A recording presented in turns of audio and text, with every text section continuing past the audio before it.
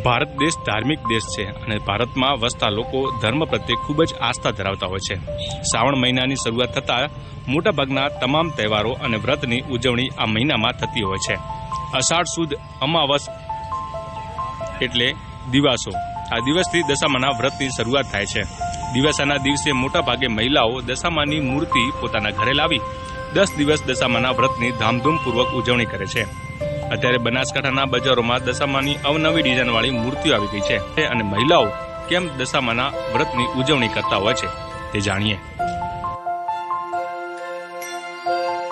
મારું નામ વિજયભાઈ જયંતિભાઈ વાઘેલા, દશામા મંદિર ટ્રસ્ટના અંદર આપણે સેવા આપીએ છીએ।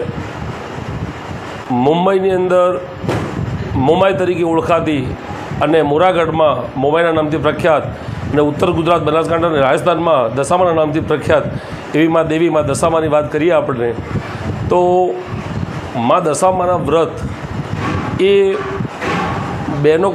ખાસ બહેનો કરતી હોય છે અને એ અષાઢ મહિના અમાવસના દિવસથી જ માતાજીના વ્રતની શરૂઆત કરતા હોય છે। બહેનો પોતાના ઘર પરિવાર, પતિ, બાળકોની સુખ શાંતિ માટે દશામાના વ્રત કરતા હોય છે અને સવારમાં માતાજીની માટીની સાંડણી પાટ ઉપર ધરાઈ અને બહેનો વાતે ગાતે માતાજીની પૂજા અર્ચના કરી એ સ્થાપન કર્યા પછી માતાજીના 10 દિવસ માતાજી ધૂમધામથી 10 દિવસ ઉજવણી કરતા હોય છે અને છેલ્લા દિવસે સાંજે માતાજીનો થાળ ધરાય, જેમ કે જેવી લોકોની ભક્તિ એવો થાળ ધરાઈ માતાજીની પ્રાર્થના અર્ચના કરતા હોય છેલ્લા દિવસે અને રાત જાગરણ કરતા હોય છે।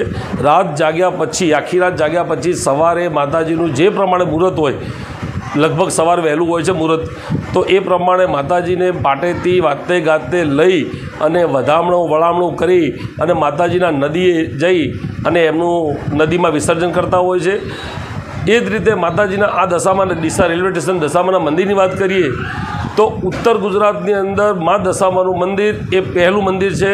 જેમ કે ગુજરાતની અંદર મોરાગઢ પહેલું અને દશામાનું રેલવે સ્ટેશન ડીસા એટલે બીજા નંબરનું મંદિર છે।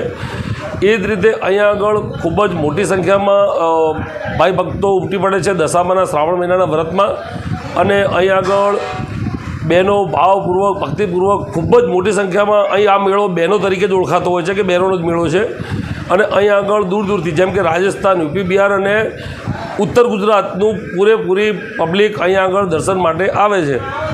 તો આ જ રીતે માતાજીના બહેનો વ્રત કરતા હોય છે ઘરના સુખ શાંતિ સમૃદ્ધિ માટે અને અમે પણ અહીંથી બહેનોને બે હાથ જોડી વિનંતી કરતા હોય છે કે બને ત્યાર સુધી માટીનો મૂર્તિનો ઉપયોગ કરીએ તો જેથી કરીને પ્રદૂષણને કંઈ તકલીફ ના થાય અને માતાજીની પીઓપીની મૂર્તિ જે આખું વર્ષ રખડતી હોય છે એ રખડે નહીં અને તમારા ઘરમાં કોઈ કષ્ટ ન પડે। માતાજી સૌની મનોકામના પૂર્ણ કરે।